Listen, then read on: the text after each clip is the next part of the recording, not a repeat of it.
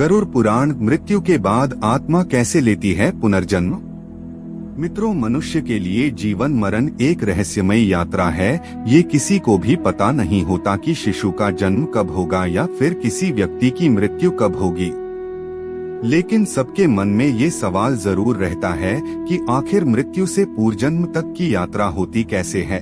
तो आज की इस वीडियो में हम आपको इसी बारे में विस्तार से बताएंगे, जिसका वर्णन हिंदू धर्म के पवित्र पुराणों में से एक गरुड़ पुराण में किया गया है।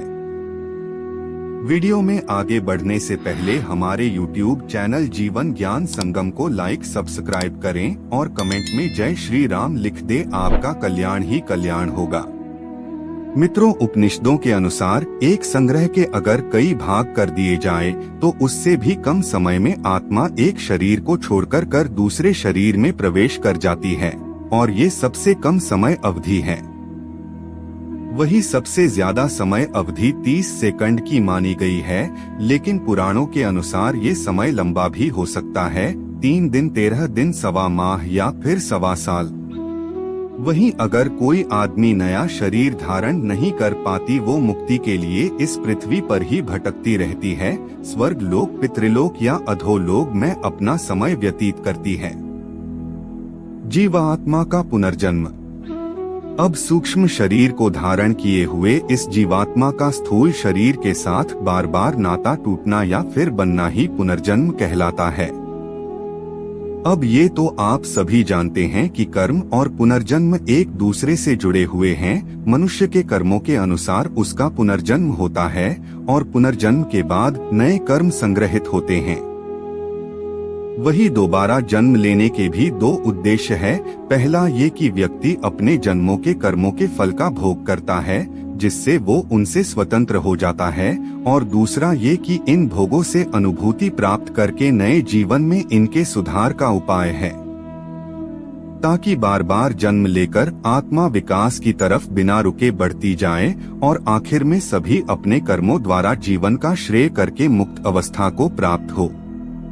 अब मित्रों, आपके मन में ये प्रश्न भी उठ रहा होगा कि पुनर्जन्म के बाद कौन सी योनि मिलती है। पुनर्जन्म के बाद कौन सी योनि मिलती है? तो योनि में बात करें जातियों की, तो जातियां 4 प्रकार की होती है: वनस्पति जाति, पशु जाति, पक्षी जाति और मनुष्य जाति। कर्मों के अनुसार आत्मा जिस शरीर को प्राप्त होती है वही उसकी जाति कहलाती है।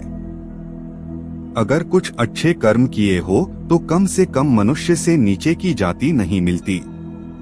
अब मित्रों, यह भी जानते हैं कि किन कारणों के चलते एक आत्मा का पुनर्जन्म होता है। सबसे पहले तो ईश्वर किसी महत्वपूर्ण कार्य के महात्माओं और दिव्य पुरुषों की आत्माओं के पुनर्जन्म लेने की आज्ञा देती है। अब पुण्य कर्मों के प्रभाव से मनुष्य की आत्मा स्वर्ग में सुख तो भोगती है, लेकिन जब तक पुण्य कार्यों का असर रहता है तभी तक वो आत्मा देवीय सुख प्राप्त करते हैं, और जब इन सब कर्मों का प्रभाव खत्म हो जाता है तब उसे दोबारा जन्म लेना पड़ता है। और कर्म, अगर कोई मनुष्य अत्यधिक पुण्य कर्म करता है तब उसे उन पुण्य कर्मों का फल भोगने के लिए उन्हें मृत्यु लोक में आना पड़ता है। इसके अलावा जीवात्मा किसी से प्रतिशोध लेने के लिए पूर्ण जन्म लेती है। यदि किसी मनुष्य को धूर्त या फिर किसी दूसरी तरह से परेशान करके मार दिया जाए तब वह आत्मा अवश्य ही पुनर्जन्म लेती है। इसके अलावा अकाल मृत्यु होने पर या फिर अपूर्व साधना को पूरा करने के लिए आत्मा पुनर्जन्म लेती है। तो मित्रों, चलिए अब जानते हैं कि आखिर मृत्यु के बाद आत्मा जाति कहाँ है। मृत्यु के बाद आत्मा जाति कहाँ है? बता दें कि गरुड़ पुराण के अनुसार मृत्यु के बाद आत्मा को यमदूत सिर्फ 24 घंटों के लिए ही यमलोक लेकर जाते हैं, और इन्हें 24 घंटों के दौरान आत्मा को उसके द्वारा किए गए सभी पाप और पुण्य का लेखा जोखा किया जाता है। इसके बाद उस आत्मा को फिर से वही छोड़ दिया जाता है जहां उसने अपने प्राणों का त्याग किया था। फिर जब उस आत्मा के धरती पर 13 दिन बीत जाते हैं तब उसे वापस यमलोक ले जाया जाता है। बता दें कि मृत्यु के बाद जीवात्मा को यमलोक के मार्ग कई तरह के बाधाओं का सामना करना पड़ता है। और इन्हीं बाधाओं में से एक यमलोक के मार्ग में पड़ने वाली वैतरणी नदी है। मित्रों, ऐसा माना जाता है कि पुण्य आत्मा तो इस नदी को बड़ी ही आसानी से पार कर लेती है, लेकिन पापी आत्मा नदी में बुरी तरह प्रताड़ित की जाती है। गरुड़ पुराण में लिखा है कि पक्षीराज गरुड़ श्रीहरि से पूछते हैं, हे प्रभु, मृत्युलोक और यमलोक के जो वैतरणी नदी से उस जीवात्मा का क्या संबंध है और इसे नदी में कैसे सजाएं मिलती है। वैतरणी नदी का वर्णन। इसके जवाब में भगवान श्री हरि कहते हैं कि जो भी पापी आत्मा इस नदी में प्रवेश करती है वो रक्त रूपी जल पात्र में घी की तरह घोली जाती है। इस नदी का रक्त रूपी जल कीटाणुओं और वज्र के समान सिंह वाले जीवों से भरा होता है। साथ ही यह नदी घड़ियाल, मगरमच्छ और इसके जैसे अनेक हिंसक और मांस खाने वाले जंजरों से भरी होती है। नदी में जैसे ही कोई पापी आत्मा प्रवेश करती है तो वो 12 सूर्य की गर्मी के बराबर तपने लगती है। इस महताप में पापी चिल्लाते हुए गरुड़ विलाप करने लगता है और जब ताप उससे बर्दाश्त नहीं होता तब वो दुरात्मा उस भयंकर रक्त रूपी जल में डुबकी लगाने लगती है। मित्रों, जिन लोगों ने अपने जीवन में पाप किए होते हैं उन्हें नर्क भेजा जाता है। वही जो अच्छे कर्म करता है उन्हें स्वर्ग की प्राप्ति होती है। जहां बुरे कर्म करने वालों को नर्क में दंडित किया जाता है, वहीं अच्छे कर्म करने वालों को स्वर्ग में सभी तरह की सुख सुविधाओं के साथ रखा जाता है। वही 13 दिन बीत जाने के बाद जब आत्मा को वापस यमलोक ले जाया जाता है तब उसके कर्मों के हिसाब से उसे 4 लोकों में से किसी एक लोक में भेजा जाता है, जिनमें से पहला है ब्रह्मलोक, दूसरा है देवलोक, तीसरा पितृलोक और चौथा है नर्कलोक।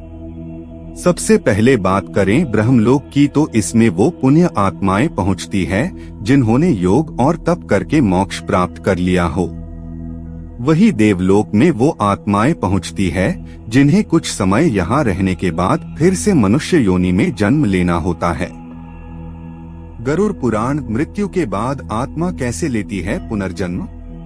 पितृलोक की बात करें तो यहाँ सिर्फ वही आत्माएं पहुँचती है जो अपने पितरों के साथ समय बिताकर फिर से मानव जीवन में जन्म लेने वाला है। इसके अलावा नर्क लोक सिर्फ पापी या फिर बुरी आत्मा ही पहुँचती है।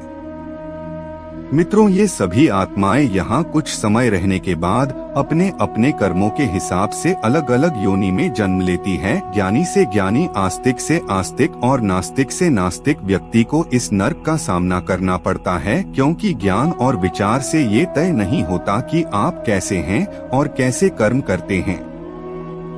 किसी भी धर्म, देवता और पितरों का अपमान करने वाले, तामसिक भोजन करने वाले पापी और क्रोधित व्यक्तियों को नरक में भेजा जाता है। अब कोई भी पापी इंसान उससे पहले धरती पर तो नर्क झेलना ही पड़ता है, लेकिन फिर मरने के बाद उसे अपने पापों के अनुसार यमलोक में अलग अलग जगह कुछ समय बिताना पड़ता है। इसीलिए तो कहते हैं कि किसी का बुरा नहीं करना चाहिए। तो मित्रों, आज हमने जाना कि मृत्यु के बाद आत्मा कहाँ जाती है। अगर आपको यह जानकारी अच्छी लगी हो तो शेयर जरूर करें।